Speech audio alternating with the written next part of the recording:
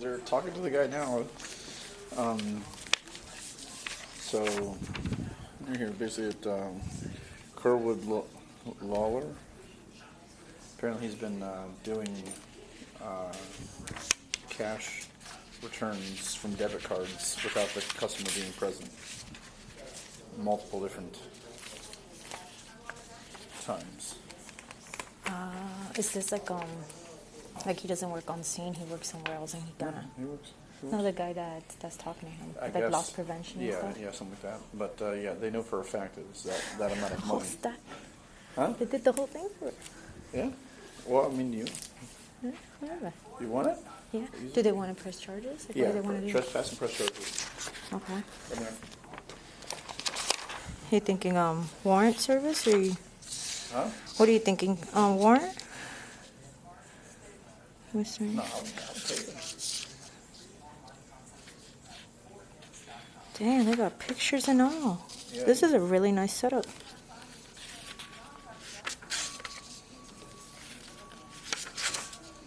Did he say anything? We're talking to him now. Oh, you haven't seen him? They usually make him write like a confession, so. Yeah, if he does that, then we'll take all that and... Fucking easy as case. So if you want to take it, put your name on it, or, I mean, it doesn't matter to me. I'll take it. Hello. Hi. Gabriel. Nice to meet you. Yes, nice to meet you. I know, Josh. Alright, send me his number and I'll call him. Okay.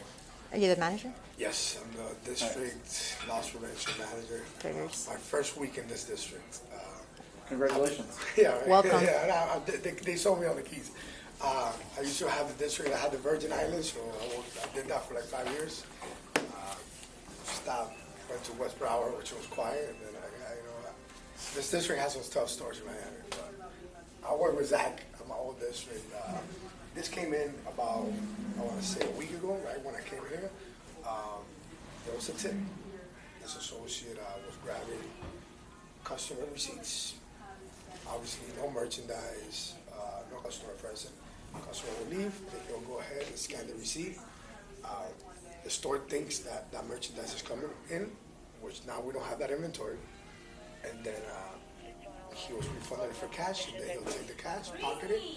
He admitted to $6,000. It's more than that, but that's the only thing that we're going to be able to prove in court.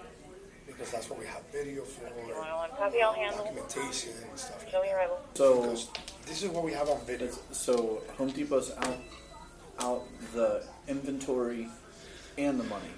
In the money. So, right, like I say, I have a receipt. Yeah. It's for $2. No, I get it. I'm just trying to figure out. Now, So the customer isn't out the money.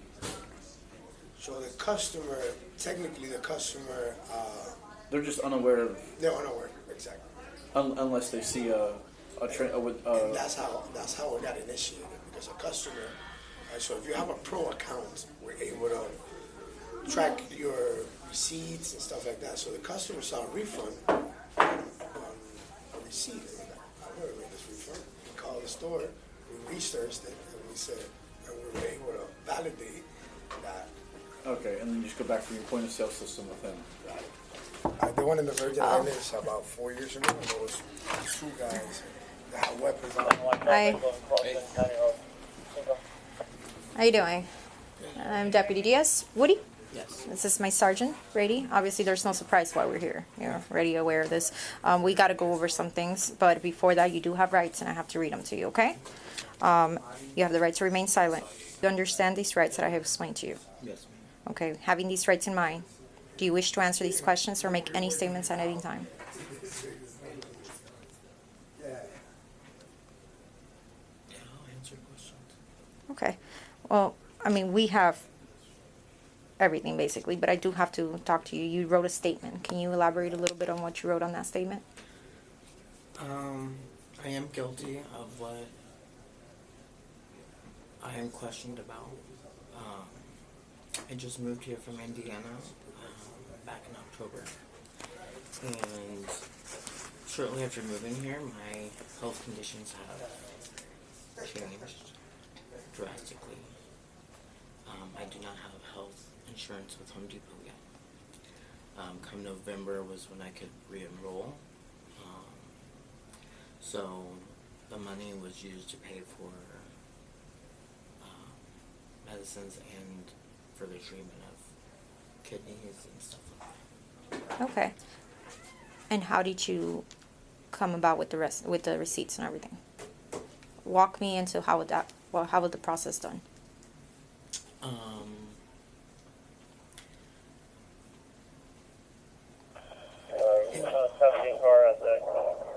It was more so like if a customer like didn't need the receipt. That's how I would obtain the receipt. Okay. And then if it was a cash deal, then I would return the products and then I would take the cash. Return the products.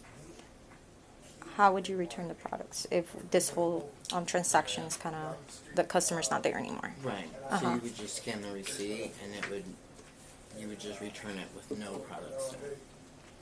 Okay. So you would make it seem like the customer came with the receipt, right? Mm-hmm. And then you would put that they initiated a return? Yeah. And then you do the return cash? Yes. Okay. Where would you come with these receipts? Like, how would you find these receipts? They're just random receipts? Or from prior customers? Just from prior customers, yeah. Okay. All right. This statement over here that you wrote. Okay. Do you mind reading this out loud to me? Yeah. Today spoke with loss prevention about some of my actions that took place at the service desk. I did in fact took receipts and returned merchandise for cash. I did this knowingly of what the outcome could consist of. In my defense, I did this to help pay for my medical expenses, as my health has taken a quick turn for the worse. I regret my decisions, and I am very sorry to have let my family here at store 6302 down. Okay. What you said, do you swear that what you told and wrote there is true? Sure. Okay. I'm going to swear you into this. I'm not going to make you write another statement, okay? Sorry, do you need anything from me? No. So we're depending on your behavior, which I have reason to believe that you're going to be an issue for us. We're going to give you a little bit of dignity. Do you have a locker with personal effects in it or whatever else? I have a locker. None of it has any personal stuff. It's just all work stuff. Okay, because you are being, in addition to being fired from here, you're not allowed to come back. You're being trespassed. If you come back, it's risk of arrest. Do you need to go get anything out of your locker? Or no? All right. So with that also being said, we're going to just casually walk out, all right, and we're going to walk over to her car, and that's where we'll handcuff you and everything else, so you're not going to be paraded through the whole store in handcuffs, all right? If you decide to get a little crazy and try and run from us or whatever else and cause havoc, I will catch you, and it will result in an additional charge. It's just, I don't anticipate that, but I just want to let you know on the forefront. You've been cooperative. I appreciate it. So I just, like I said, we're giving you a little bit of grace and dignity by allowing you to walk to the car without parading you through your place of employment. And then what happens after this? Yeah, so you are going to be going to jail today. Fortunately, here in Monroe County, they do a first appearance every day. So, and being that tomorrow is Sunday, it's fortunate again. It's at 9 o'clock in the morning. They'll read her probable cause for everything. Good news is that it's misdemeanors. It's not a felony. So due to the fact that you've committed, I mean, it's a felonious amount. It's a pretty substantial amount. But the way the state of Florida sees it is each day, each incident is a separate crime. So you meet below the threshold. So as bad as it seems, you have some things that are kind of not as bad. But the total, I mean, sure, the total amount's going to be in there. You might get a high bond, you might get a low bond, depending on your flight risk, whatever else. You should be able to get a stipulation of release tomorrow. And whether you post that or you sit and wait the trial, it depends on what the judge and the state attorney and the defense attorney says tomorrow during first appearance. All right. If you have any medical things or you need, you're going to get medically screened. So with your medical ailments, I would just be very open and transparent with the medical staff in the jail, and then we'll go forward from there. All right? All right, we're gonna walk to my car, okay? And then just take this off and Yeah, you say you have nothing in your locker, right? You have nothing there? Yeah, you could take it off and leave it there. It's fine.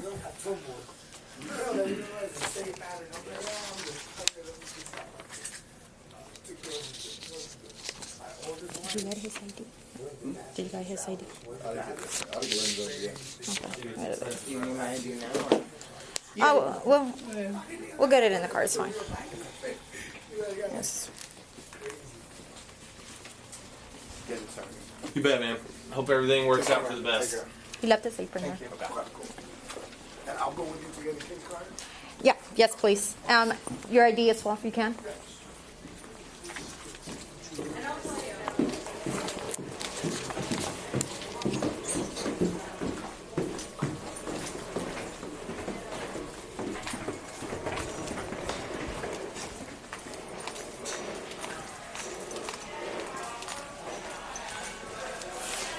What do you want to? Can you send me an offense?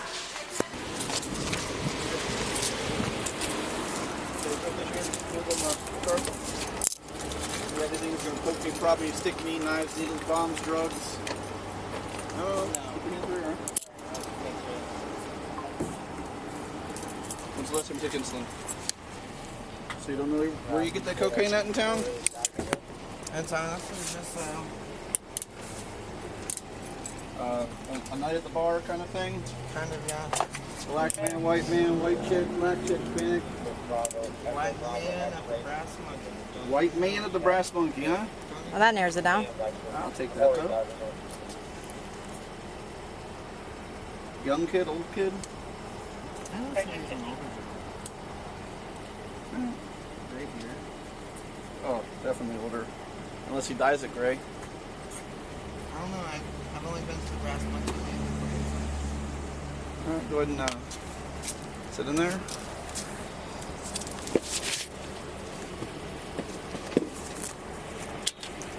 You know, I gotta do that so that this makes it a lot easier Yeah. to buckle people.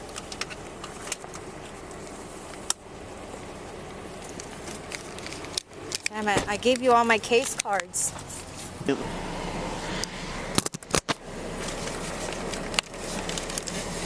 And then the other one's right here. Excuse me. Hi. How you doing? I'm good. How are you? Good. All right. He's been pretty calm. Yeah.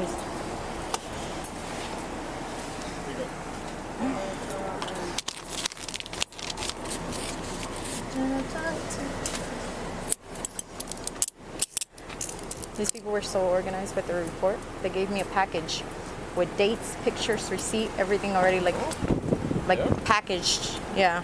Very, very organized.